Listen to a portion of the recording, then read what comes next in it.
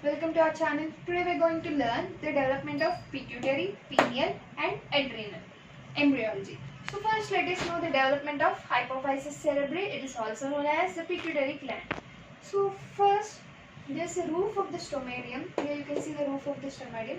It is evaginated like this, and from this side you can see the hypophyseal evagination that is of diencephalon.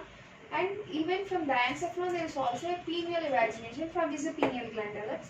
And from this evagination, this is also known as infundibulum. From this infundibulum, the hypophysis cerebris, posterior pituitary is formed, and from this anterior pituitary form. The anterior pituitary forming evagination is called as red case pouch. And next, this red case pouch is cut off from this stomatium. Here you can see that thing. This is a stomatium and it is cut off. This cut off takes place in 8th week.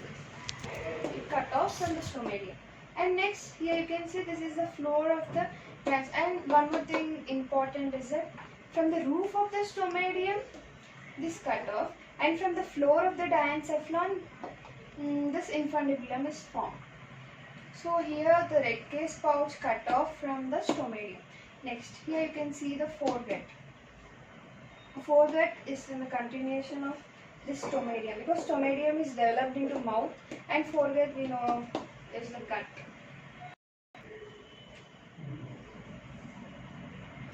This red case pouch has the anterior wall and the posterior wall.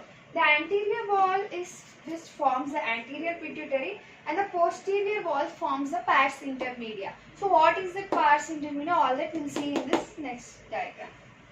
Here you can see this is the pars anterior, which is formed from the red case pouch, which is cut off, and here you can see the pars intermedia, which is formed of the posterior layer of the red case pouch, and the pars anterior is formed from the anterior layer of the red case pouch.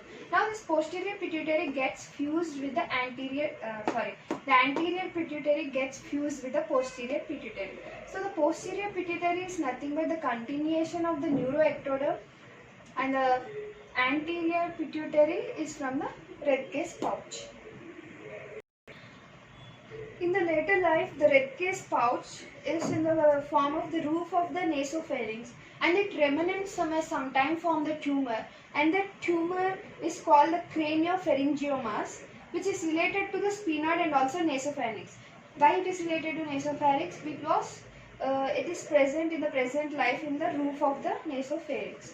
And next, let us see about some anomalies related to hypophysis. If this hypophysis is not present, then this is known as agenesis, and if it is underdeveloped, it is called as hypoplasia. Next, as I already said, this red case pouch is present in the 3rd week of intrauterine life, and it loses the contact from the surface ectoderm of the stomatium by the 2nd month. So this is important to remember.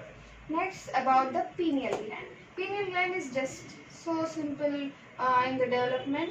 Here, pineal gland has the diverticulum from the roof of the diencephalon. As in the first diagram, we have said that from the diencephalon only the hypophyseal evagination, and from diencephalon you can see the pineal evagination. So this pineal evagination is nothing but this. So this pineal evagination is from the roof of the diencephalon. But you can remember that from the floor of the diencephalon, hypophyseal evagination. From the floor of the diencephalon, hypophyseal evagination, and from the roof of the diencephalon, pineal evagination, and the red case pouch is from the roof of the stomatium. So that is important in this. And here you can see there are the specific, pineal gland is by the specific, it has some specific cells which are the modified neuroglial cells. As we know, neuroglial cells are the supporting cells of the nervous system. And next, the pineal gland secretes the regulatory. Pineal gland is important to secrete some regulatory hormones which regulate the endocrine, many endocrine glands. And okay, so that is, you can see these diagrams, pineal evagination, and this is the cavity of the diencephalon because it is formed from the roof of the diencephalon. So that is important. So next, let us go to the adrenal gland. Now let's start the adrenal gland. As the name suggests, you can learn it as adrenal, means which is near to the renal, that is kidneys, or suprarenal gland. Suprarenal means it is above the kidneys. So about this, first we need to know about the adrenal. It has two surfaces, that is outer cortex and the inner medulla. And the outer cortex has the three layers from outer to inner, that is the zona glomerulosa, zona fasciculata and zona reticularis. So that thing we need to remember first. And now let us learn about its development. So the cortex as I said before, the cortex is developed from the coelomic epithelium, which is of mesodermal origin. You can see here some cortex layers. The cortex is made up of coelomic epithelium. Here you can see the coelomic epithelium of the mesentery. Here you can see the coelomic epithelium. So there are some cells from the coelomic epithelium, and there are also some cells derived from the neural crest cells. These cells which are derived from the neural crest cells are called the chromophene cells, and these chromophene cells are present in the medulla. But the cells which are derived from the coelomic epithelium, that are of mesodermal origin, which are present in the cortex. So this is about the cortex and medulla. And next, as I said, the medulla is from neural crest cells, so it is made up of ectoderm. And this cortex has two types of cortex, that is fetal cortex and smaller, and it has some smaller cells with definitive cortex. This cortex makes the two cortex again, that is the fetal cortex. Here you can see the fetal cortex, and it makes the definitive cortex. Here you can see, I will explain it now. And next, fetal cortex is which surrounds the medulla. Here you can see this is the fetal cortex. Fetal cortex, medulla. Fetal cortex, medulla. So the fetal cortex surrounds the medulla.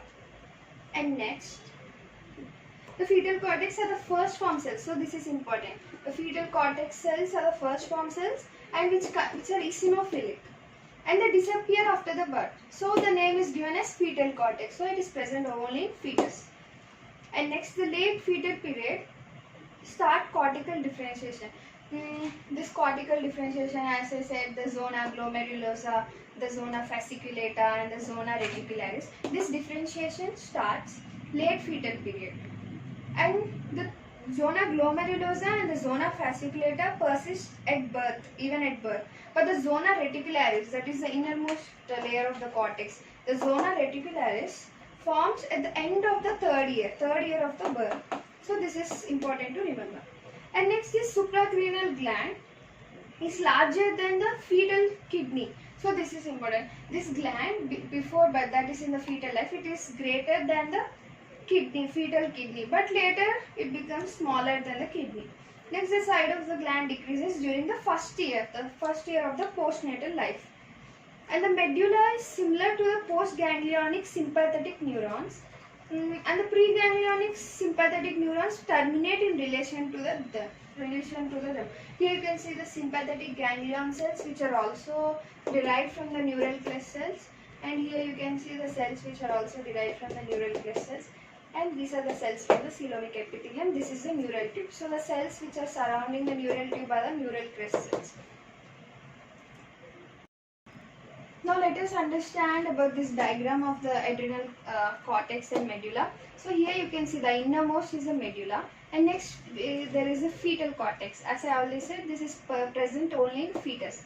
And next, after fetal cortex, there is definitive cortex. Here you can see the definitive cortex.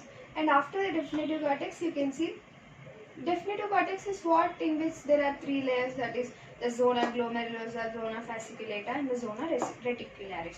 So in the medulla there are also the cells known as chromophene cells. As I said, they are of neural crest cells origin. They are associated with the abdominal aorta, as nearer to the abdomen. They are associated with the abdominal aorta, forming the para-aortic bodies, and they are related to the sympathetic ganglion. They form the plexus. The splanchnic nerve develops, and the splanchnic nerve also develops from the floor of the chromophene tissue. And next, let us see about the anomalies. Anomalies are the ectopic growth. Ectopic growth, such as this adrenal glands they may grow outside, outside their original position, like around kidneys, somewhere around the kidneys, fused to liver. And the congenital hyperplasia, there may be congenital hyperplasia of the cortex.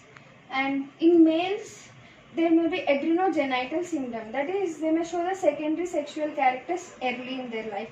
And in females we can see the enlarged, and in female we can see this enlarged clitoris. By this the child is mistaken for the female and the male. Means male can be known as female and female can be identified as male. So this is known as pseudo-hermaphroditism. Pseudo-hermaphroditism. So these are the anomalies.